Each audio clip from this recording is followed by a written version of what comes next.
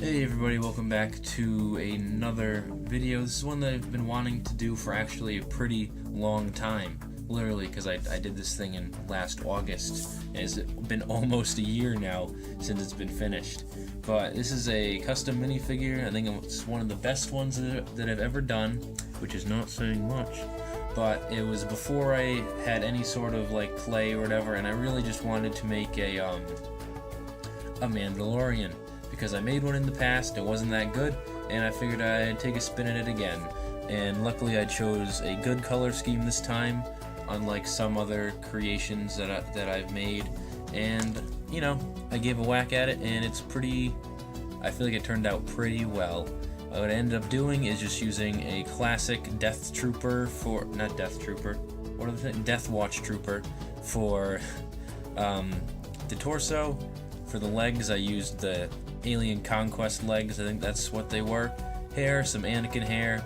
Head that I found, I'm pretty sure that's a Scarlet Witch head, which I'm only aware of because I tried to sell that figure and couldn't find her head and realized it was on this guy. I used some Brick Forge weapons right there. And then, sound the alarm, ladies and gentlemen. I used a Lepin or fake Lego head for this helmet. This Sue Me, okay? These things are like really expensive. Alright, they're like a whole $1. You realize how much a whole $1 could buy you? Like one item at the dollar store. Alright, so here's the main view. I feel like for me who has the painting skills of a drunken toddler, that I did pretty well on this chest piece here. I really just painted it and then used a what are the long things called? The long wooden toothpicks. I used a toothpick and I, just stenciled out the details of that. And I thought it turned out pretty well. I mean, it's not that symmetrical, but I think it gets the job done. And I think the pauldron, is that what they're called? That looks pretty decent over there. Hair came out really good. I tried to do like a little scar thing by just doing one swipe of the paintbrush. That turned out pretty well. And then the legs just Lego did for me. Now, you might be realizing by now that this figure, I'm pretty sure it was 100% luck. And that's okay, and I'm glad how it turned out.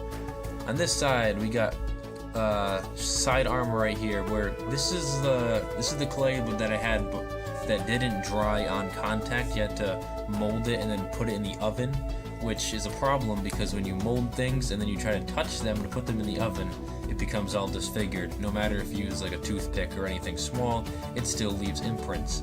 So that was a bit of a problem, but figured that out. Back is the jetpack. Again, it came out pretty well, and just more detailings on the hair. And as you go to the other side, you can kind of just see the half arm things that I made. Arm things, that's what they're called. And that's kind of about it for that. If you want to take a closer look at the figure with the helmet on, here it is. I usually avoid putting the helmet on because A, the hair looks nice, and you can also show off like the scar or whatever.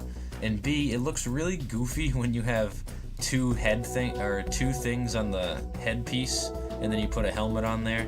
Because with a regular head, it looks pretty fine. But when you put on another helmet, it really just creates this.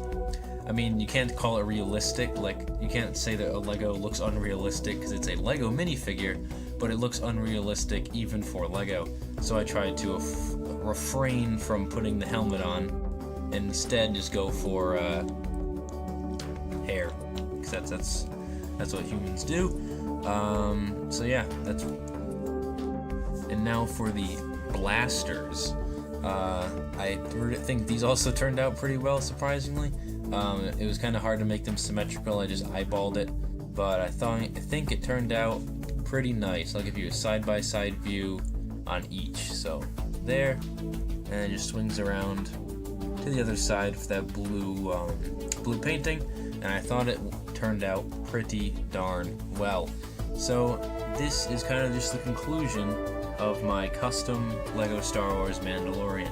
And no, this is not becoming a Star Wars channel. I literally just had a ton of Star Wars stuff in the backlog that I had to throw on this channel. So yeah, this is actually the only figure that I think I've made that I've ever been like really pleased with. I mean, the Ash one is like fine, but I don't know, I put a lot of effort into it, and I think it shows. I mean, a lot of the paint has been worn down, as you can see, and like chipped like on the helmet, probably from it cascading off my desk shelf for many months. But I think maybe it adds a little bit of wear and tear. I don't think it accomplishes that look, but whether or not it does or doesn't, I'm still pretty happy with it. If you liked the video, please do, you know, whatever you wish. If you disliked it, do whatever you wish as well. And keep building and stay creative. Peace out.